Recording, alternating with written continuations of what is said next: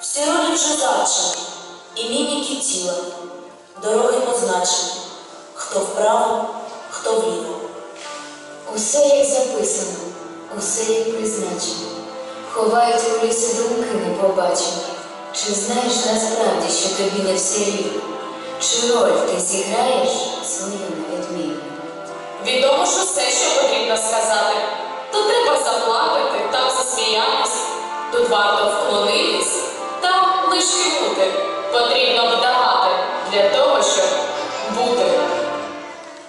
Мистецтво шліфуєш, і так, як за роком, красиво ходити правильним кроком, і щирості більше, що ми прийняли, відвертості, щедрості, усміх і браво. І ось ти актором виходиш на сцену, очі цікаві впиваються в тебе. Прожектор в обличчя, себе не сховати. Не можна боятися, треба зіграти. А отже віддавати, та вліво, то вправо. Усміх щирості, що ви прийняли. Та мало зіграти просто вільніше. Хочеться завжди краще за інших. Хочеться квітів, овацій і браво, і довгі роки безумовної слави. Хочеться Богу піднятись до неба, Чи трохи кривляння, чи краще не треба.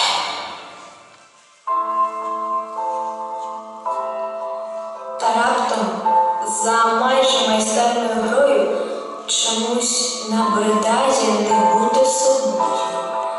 Знаєш слова, але хочеш мовчати.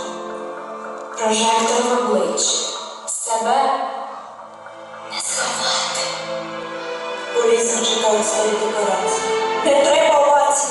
Для чого овації? Сміхайся, як хочеш. І хай не красиво. А що? Хто знає? Може, і що? То ти є собою? Оплески, браво! Зал з нетерпінням чекає виставу. Прожектор в обличчя, себе не сховати. Лишити з собою, чи краще зіграти?